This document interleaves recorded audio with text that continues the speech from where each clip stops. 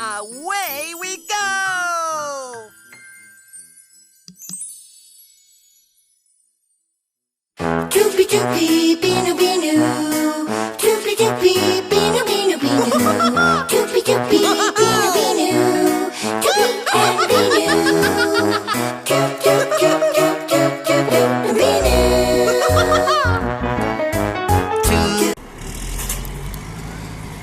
Here's the deck that we're going to be building. Low level grade. We already marked it out, but now we have to excavate. So here we are at the deck job that we gotta do. It's a low level deck. When it comes to low level decks, it's not exactly as straightforward and easy as many people thinks it's going to be. For the main reason being is you can't put enough steps on it or the perfect height on this. What we have to do is excavate this property for the reason being as it tapers. As you can see right here, one side of the wall is high and the other side here is low. Upon doing that, by the time we put our steps coming down, 1, 2, 3, our deck is going to be down here. This height on the other end there, we have to excavate a total of 10 inches into the ground to put this deck. Now, there is much more information to that. We will get to that later on. In the meanwhile, we'll get digging and we'll get back.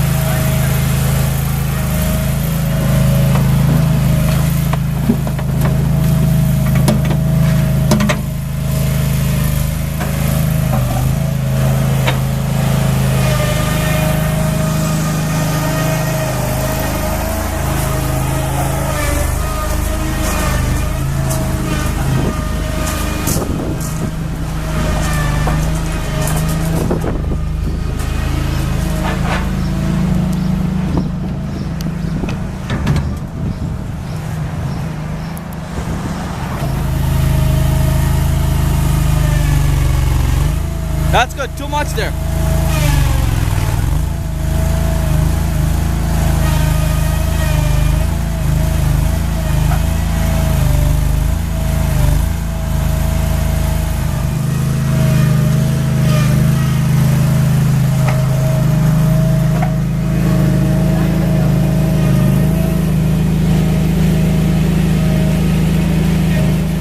Finish excavating the property for the deck. We've got proper grading done. We've already graded everything to a little over 5% grade. As you can see, we took out an entire 14 yards of dirt out of here to get this deck down to the proper height. Now we're going to start digging our footing. This type of deck setup is a little bit different. It's called joist flush beam since it's so low to the ground. The entire joist is going to be on the concrete footings itself here. There is no post. Everything has to be lined up 100% accurate. It takes a lot of time. This way we don't cut any small posts. It doesn't end up rotting in the future within a few years. And we're off to dig our holes now.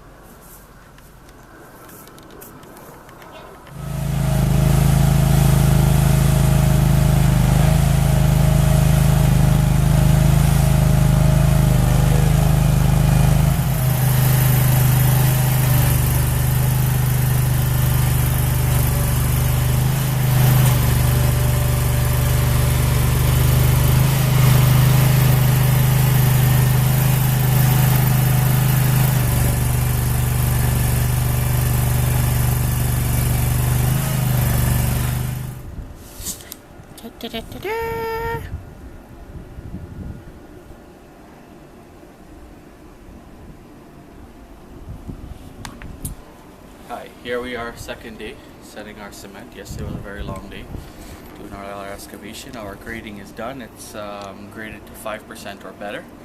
We have our weed blocker. We're not finished putting gravel yet. We put the gravel after we finish set footings. Let's talk about footings, the most important part of any construction project. This is what they call a builder's tube, sonotube, or different names, different countries. This is a 10-inch tube for a deck this size. Inside here is a wax coating. What this does is it ends up being a perfectly circle hole, and as this paper wears off after a while, the cement is now perfectly smooth with the wax coating. And this will wear off within about a couple of year period. Now when frost is happening, it will actually just ends up sliding completely right off of the footing, in turn does not raise the deck. So these are the reasons why you put these things. Without these, the risk of having your deck move up and down is close to 90+%. So these are very, very important. They also have to be very perfectly round. If you're planning on putting stones in these, they have to only go down for the first 1 foot to 1.5 foot at the 4 foot mark. So at 4 foot down, nothing else higher than that, because as it wears out, if there's a jagged edge stone sticking out on the side, frost will grab it. That's how it ends up pushing it out. Usually around the springtime that will happen. So here's a 4 foot level, and here's the mark on what's called a clamp cloth. This is what we dig holes with or clean it out with. We're going to show you how deep all the holes are and how deep it should be. Start with this one. Now you have to keep in mind that grade is up here on this side, and the grade is higher on that side by almost a foot. So here's what it looks like when you drop these into the hole. It's past the 4 foot mark, plus 6 inches of sonotube has to be sticking out of the ground on average. This way the beam doesn't get rotted. That's one hole. This one's 4 feet. So choose this. It's up there.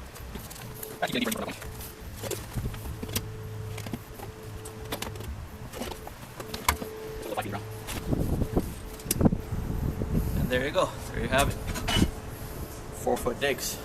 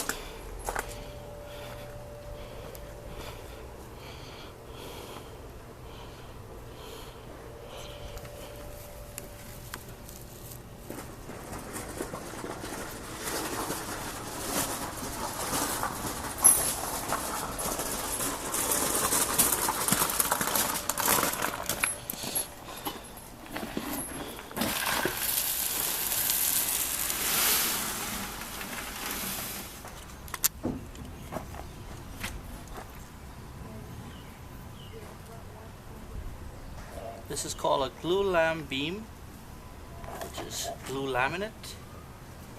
This is the way a beam should be done. This way it has the ultimate strength.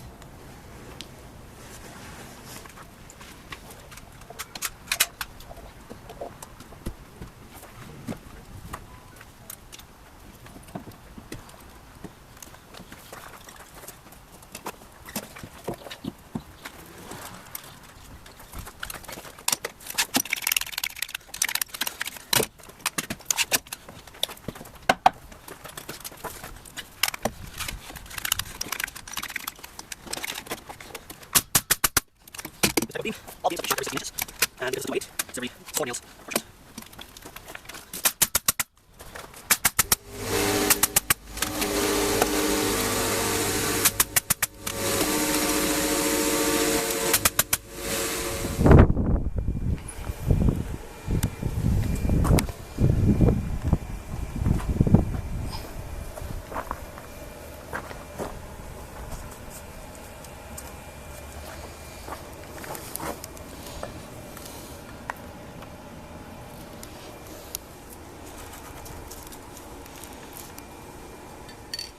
So here we are with the homeowner, Ning, myself, and we're about to oil this deck. This is Red Balau, also known as Membatu hardwood decking.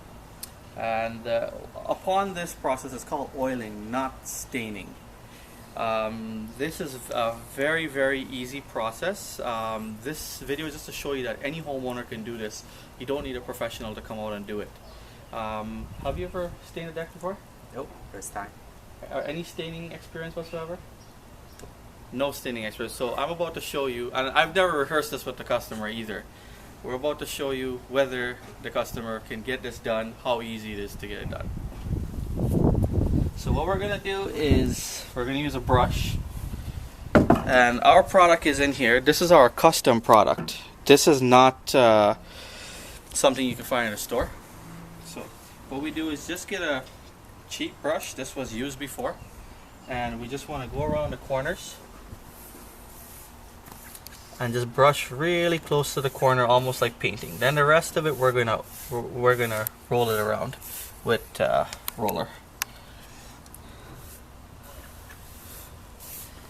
So now I'm gonna have the, as you can see how easy it's going on. There's no streaks, nothing like that.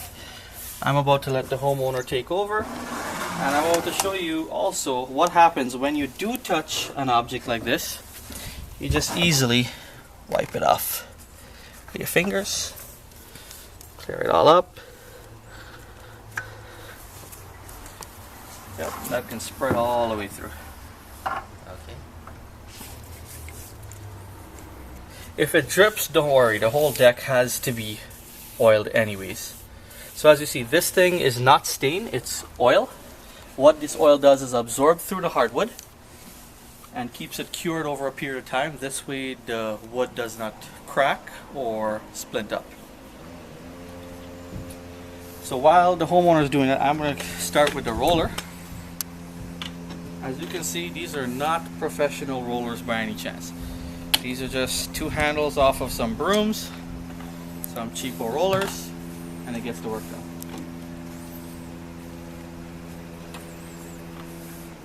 Do I have to put the sides, get the sides, or just the top is fine? Just the top. The roller would end up going down all the way through. As you can see, I'm not even using a tray. You can use a tray if you want, but I've been doing this for quite a while, so you get used to it. I'm going to start on the corners.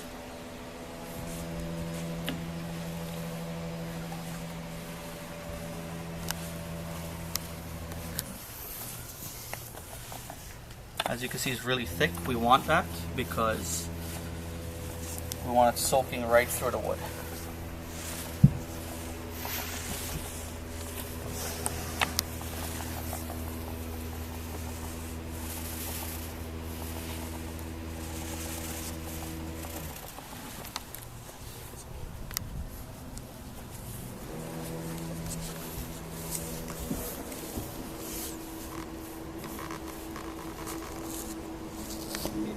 See, myself and the homeowner, we're rolling, and we're just clearly showing you how easy this is to do.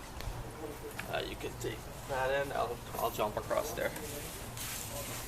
Now what we gotta do is, after we roll, every excess on here is wiped off, and that's the hard part of doing this, because you have to have old clothes, old socks. As you can see, I wasn't prepared for this, somewhat, and that's the messy part. You let this stuff sit for half hour in the hot sun, the wood will absorb what it wants to absorb and repel the rest of it. As you can see here, the stuff starts to pool on there. That's the stuff that has to be wiped off of there as excess.